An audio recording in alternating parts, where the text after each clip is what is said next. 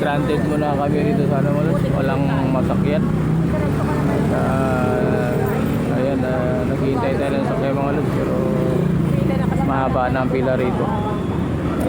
Talaga mga lods, kasi nag-start tayo ng pasukan na kasi mga lods mga estudyante, kaya ang ano natin, marami, puno laging ano, ang haba ng pila mga lods.